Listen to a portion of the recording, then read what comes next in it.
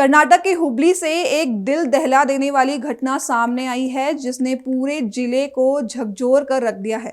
प्यार और intercaste marriage के नाम पर ऑनर किलिंग की इस घटना में एक पिता ने अपनी ही 7 महीने की प्रेग्नेंट बेटी की बेरहमी से हत्या कर दी। यह घटना हुबली तालुक के इनामीपुर गांव की है, जहां जाति के घमंड ने इंसानियत को शर्मसार कर दिया है।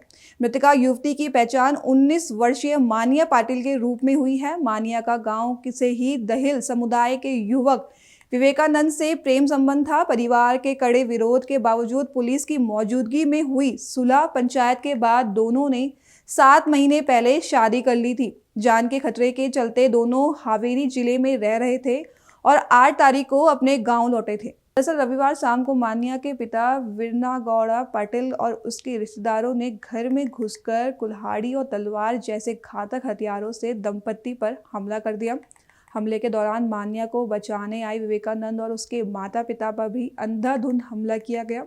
गंभीर रूप से घायल मानिया को अस्पताल ले जाया गया, जहां अत्यधिक रक्तस्राव के कारण इलाज से पहले ही उसकी मौत हो गई। घटना की सूचना मिलते ही जिले के पुलिस अधीक्षक गुंजन आर्य मौके पर पहुंचे और घटना स्थल का निरीक्षण किया। मामले की गंभीरता को देखते हुए मृतका के पिता वीरनागौड़ा पाटिल सहित 3 आरोपियों को हिरासत में ले लिया गया है। पुलिस ने कहा कि यह घटना बेहद निंदनीय है और दोषियों के खिलाफ सख्त कानूनी कार्रवाई की जाएगी। हुबली ग्रामीण पुलिस थाने में मामला दर्ज कर लिया है, जबकि ऑनर किलिंग की इस वारदात ने पूरे जिले में आक्रोश फैला दिया है। ಇವತ್ತು ಸಂಜೆ ಸುಮಾರು 6-6:30 ಗಂಟೆಗೆ ನಮ್ಮ ಹುಬ್ಳಿ ಗ್ರಾಮೀಣ ಪೊಲೀಸ್ ಠಾಣೆ ವ್ಯಾಪ್ತಿಯಲ್ಲಿ ಇನಾಮ್ ಇರಾಪುರ್ ಊರ್ ಅಂತ ಹೆಸರಲ್ಲಿ ಒಂದು ಘಟನೆ ನಡೆದಿದೆ. ಅದರಲ್ಲಿ 3 ಜನ ಆರೋಪಿಗಳು ಮಾನ್ಯ ಪಾಟೀಲ್ ಅಂತ ಲೇಡಿಗೆ ಪೈಪಿಂದ ಹೊಡೆದ್ರೆ ಅಸಾಲ್ಟ್ ಮಾಡಿದ್ದಾರೆ. ಅದಕ್ಕೋಸ್ಕರ ಜೊತೆಗೆ ಆವಾಗ ಜಗಳ ಬಿಡ್ಸೋಕ್ಕೆ ಯಾರು ಬಂದರೆ ಅವ್ರದ್ದು ಸೊಸೆ ಮದರ್ ಇನ್ ಲಾ ರೇಣುಕಮ್ಮ ಅವ್ರಿಗೇನು ಅಸಾಲ್ಟ್ ಮಾಡಿದ್ದಾರೆ, ಮತ್ತು ಹೂವಮ್ಮ ಅವ್ರಿಗೇನು ಅಸಾಲ್ಟ್ ಮಾಡಿದ್ದಾರೆ. ಇದರಲ್ಲಿ ಹುಡುಗಿದು ಫಾದರ್ ಇನ್ ಲಾ ಅವ್ರಿಗೇನು ಅಸಾಲ್ಟ್ ಮಾಡೋದು. ಏನು ಕಾರಣ ಸರ್? ಅದಕ್ಕೆ ಸರ್ ಇದು ಕಳೆದ ಮೇ ತಿಂಗಳಲ್ಲಿ ವಿಕ್ಟಿಮ್ ಇದ್ದಾರೆ ಮಾನ್ಯ ಅಂತ, ಅವ್ರದ್ದು ಮದುವೆ ಆಗಿತ್ತು ವಿವೇಕಾನಂದ್ ಅಂತ ಹುಡುಗರ ಜೊತೆಗೆ. ಇದು ಹುಡುಗಿ ತಂದೆ ತಾಯಿ ಒಪ್ಪಿಲ್ಲ, ಹುಡುಗಿ ಫ್ಯಾಮಿಲಿ ಒಪ್ಪಿಲ್ಲ. ಬಹುಶಃ ಅದೇ ಕಾರಣ ಈಗ ಕಂಡು ವಿಕ್ಟಿಮ್ ಮಾನ್ಯದು ಕಂಡೀಷನ್ ಭಾಳ ಸೀರಿಯಸ್ ಇದೆ. ಸದ್ಯಕ್ಕೆ ಅದು ಹಾಸ್ಪಿಟಲ್ಸ್ ಅವರು ಹೇಳಿ, ಅಂದರೆ ನಾನು ಎಕ್ಸ್ಪರ್ಟ್ ಇಲ್ಲ. ಈಗ ಡಿಕ್ಲೇರ್ ಮಾಡ್ತಾ ಇದ್ದಾರೆ ಅವರು, ಬಟ್ ಅವ್ರ ಕಡೆಯಿಂದ ಡಿಕ್ಲೇರ್ ಆಗಲಿ.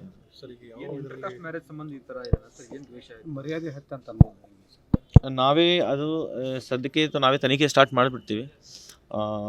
ಮತ್ತು ತಮ್ಮ ಕಡೆ ಮಾಧ್ಯಮ ಕಡೆಯಿಂದ ನಾನು ಹೇಳ್ತಾ ಇದ್ದೀನಿ, ನಾವು 3 ಜನ ಇಲ್ಲಿ ಆರೋಪಿಗಳು ಇದ್ದಾರೆ, ಪ್ರಕಾಶ್, ವೀರನ್ ಮತ್ತು ಅರುಣ್. ಅದು 3 ಜನಗೆ ನಾವು ವಶಕ್ಕೆ ಪಡೆದಿದ್ದೀವಿ. ಮತ್ತು ಈಗ ನಮ್ಮದು FIR ರಿಜಿಸ್ಟರ್ ಆಗ್ತಾ ಇದೆ ಸ್ಟೇಷನಲ್ಲಿ. ಭಯ ಇದೆ ಸರ್, ಮನೆಗೆ ಬರ್ತಾರೆ, ಮನೆಗೆ ಬಂದಾಗ ಅವರೇ CCTVಯನ್ನು ಕಾರ್ಡನ್ನು ತಕ್ಕೊಂಡು ಮತ್ತು ಅಲ್ಲೇ ಮಾಡಿ ಹೋಗ್ತಾರೆ ಸರ್. ಹಾಂ, ನಮ್ಮದು ಅದಕ್ಕೋಸ್ಕರ ನಾವೇ ಅವರಿಗೆ ಕಾನೂನು ಪ್ರಕಾರ ಏನು ಪ್ರಿವೆಂಟಿವ್ ಕ್ರಮ, ನಮ್ಮದು ಮುಂಜಾಗ್ರತಾ ಕ್ರಮ ಆಗುತ್ತೆ, ಅದು ನಾವೇ ಮಾಡಿಸಿದ್ದೀವಿ.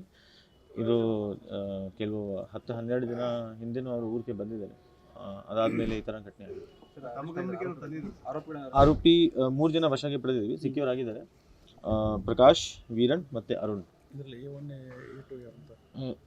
ಈವನ್ ಅದು ನಾವೇ FIR ಪ್ರಕಾರ ಮಾಡ್ತೀವಿ, FIR ಆಗಲಿ.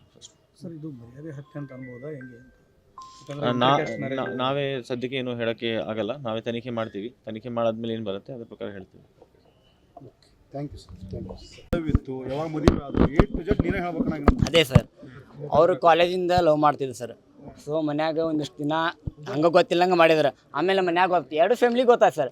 2 ನಮ್ಮ ಮಾವಾರ ಅದಾರಲ್ಲ, ಬೇಡ ನಾವು ಕೆಳಜಾತಿಯವ್ರು ಇದ್ದೀವಿ, ಹರಿಜನರು ಇದ್ದೀವಿ, ಅವರು ಸ್ವಲ್ಪ ಶ್ರೀಮಂತರು ಅದಾರೆ, ಬೇಡ ಅಂತೇಳಿ ಅವ್ರ ಮನೆಗೆ ನಮ್ಮ ಮಾವನ ಖುದ್ದಾಗಿ ಹೋಗಿ, ಬೇಡ ಸರ್, ಬೇಡ ರೀ, ಈ ಥರ ಮಾಡಾಕ್ತಾರೆ ಹುಡುಗರು, ಬಿಡಿಸ್ಬಿಡೋಣ ಅಂತಂದ್ರೆ ನಮ್ಮ ಹಳ್ಯಾನು ಅದಕ್ಕಾಗಿ ನಾವು ಹಾಸ್ಟೆಲ್ಗೆ ಇಟ್ಟಿವಿ ಸರ್. ಧಾರವಾಡನಾಗ ಹಾಸ್ಟೆಲ್ ಇದೆ. ಆದ್ರೆ ಹುಡುಗಿ ಬಿಡಲಿಲ್ಲ ಸರ್. ಹುಡುಗಂದು IBMR college, arts sir. B A ಹಾಂ ಹುಬ್ಳಿ.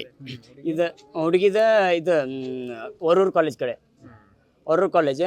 ಅವ್ರು ಹೆಂಗೋ ಪರಿಚಯ ಆದ್ರೆ ಇನ್ಸ್ಟಾಯಿಂದ ಪರಿಚಯ ಆದ್ಮೇಲೆ ಹಂಗೆ ಲವ್ ಆಗೈತೆ. ಸೊ ಅವು ಮನ್ಯಾಗ ಗೊತ್ತಾದ್ಮೇಲೆ ನಮ್ಮ ಮಾವಾರ ಏನಂದ್ರೆ ಬೇಡ ನಮ್ಗೆ ಅದು ಸರಿ ಹೊಂದಂಗಿಲ್ಲ ಬೇಡ ಅಂತೇಳಿ ಅವ್ರ ಮನೆಗೆ ಹೋಗಿ ನಮ್ಮ ಮಾವಾರ ಹೋಗಿ ಖುದ್ದಾಗಿ ನಾನು ಇದ್ದೆ. ಯಾವಾಗಿದೆ ಈಗ ಮದುವೆ ಆಗಿಂದ ಒಂದು 7-8 ತಿಂಗಳು ಹಿಂದೆ ಸರ್, ಹಿಂದೆ ಅವರಾಗಲೇ ಹೋಗಿ ಎಲ್ಲ ಹೇಳಿದ್ರೆ ಆಮೇಲೆ ಹಾಂ ಆಯ್ತು ಅಂತೇಳಿ ಆ ಹುಡುಗಿ ಕಡೆಯಿಂದ ಬಿಡಿಸಿದಿಲ್ಲ. ಹೊಳ್ಳಿ ನಮ್ಮ ಮಳೆನೂ ನಾವು ದೂರ ಇಡೋಣ ಅಂತೇಳಿ ದೂರ ಇಟ್ಟಿವಿ ಸರ್. ಧಾರವಾಡಕ್ಕೆ ಇದು ಹಾಸ್ಟೆಲ್ನ ಇಟ್ಟಿವಿ ನಾವು ಬೇಡ ಅಂತ. ಹುಡುಗಿ ಒಂದು ದಿನ ಹೋಗಿ ಇಲ್ಲ ನೀನು ನನ್ನ ಮದುವೆ ಆಗ್ತೇವೆ ಇಲ್ಲ ನಾನು ನಿನ್ನ ಹೆಸರು ಬರ್ದಿಟ್ಟು ಸಾಯ್ತೇನೆ, ಸೊ ನೀ ಏನು ಮಾಡ್ತಿ ನಿನ್ನ ಇಷ್ಟ ಅಂತ. ಅವಾಗ ಕಾಲ್ ಮಾಡ್ದೆ, ಮನೆಯೆಲ್ಲ ಕಾಲ್ ಮಾಡ್ದೆ ಬೇಡ ಏನು ಮಾಡಿದ್ರು ಬೇಡ ನಾ ಹೇಳಮಟ ಕೇಳ ಅಂತ ನಮ್ಮ ಅವರೆಲ್ಲ ಬೈದಾರೆ. ಸುಮ್ಮನೆ ಮತ್ತು ಮರಿಂದ ನಾನು ಹುಡುಗಿ ಹೋಗಿ ಇಲ್ಲ ನಾನು ಸಾಯ್ತೇನೆ ನೀ ಏನು ರ್ಯಾಕ್ ಮಾಡ್ಕೊಂತಂದು. ಸೊ ಅವಾಗ ಅವರು ಇಬ್ಬರು ಓಡಿ ಹೋದ್ರು. ಹೇಳಂಗೆ ಮನೆಗೆ ಹೋದ್ರು. ಆಮೇಲೆ ನಾವು ಪೊಲೀಸ್ ಪ್ರೊಟೆಕ್ಷನಿಂದ ಮತ್ತು ಅವ್ರ ಮನೆ 2 ಫ್ಯಾಮಿಲಿ ಹುಡುಕಾಡಿಸಿದ್ರು. ಆಮೇಲೆ ಸಿಕ್ಕರು. ಅಷ್ಟಿಗೆ ಯಾವಾಗ ರೋಡ್ ಹೋಗಿದ್ದು ಮೇ ತಿಂಗಳ ಅಥವಾ ಜೂನ್ ತಿಂಗಳ ಸಗ್ರ. ಆಮೇಲೆ ಇಲ್ಲ ಮತ್ತು ಹೆಂಗೋ ಆಗಿಬಿಟ್ಟೈತಿ.